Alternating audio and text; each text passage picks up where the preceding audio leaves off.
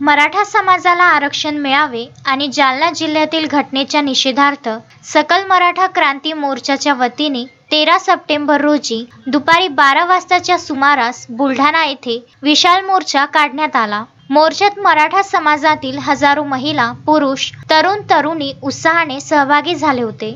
एक मराठा लाख मराठाच्या घोषणांनी बुलढाणा दुमदुमला। त्यानंतर विविध मागण्यांबाबत जिल्हा प्रशासनाला निवेदन देण्यात आले। मनोज पाटील यांनी मराठा समाजाला आरक्षण मिळावे या मागणीसाठी जालना जिल्ह्यातील अंतरवाली सराटी गावात बेमुदत उपोषण सुरू केले होते। या उपोषणादरम्यान 1 सप्टेंबर रोजी आंदोलक आणि पोलिसांमध्ये हिंसक चकमक झाल्याची दुःखद घटना घडली। या हिंसक चकमकीत अनेक आंदोलक आणि पोलीस विभागातील उच्च पदस्थ अधिकारी व कर्मचारी गंभीर जखमी झाले। या हिंसक चकमकीनंतर हे प्रकरण राज्यभर तापले होते। अंतरवाली सराटी येथे शांततापूर्ण आंदोलकांवर पोलिसांनी केलेले उपोषण अनिश्चित काळासाठी स्थगित करण्यासाठी मराठा समाजावर बळाचा वापर केल्याचा आरोप मराठा समाजाने केला आहे।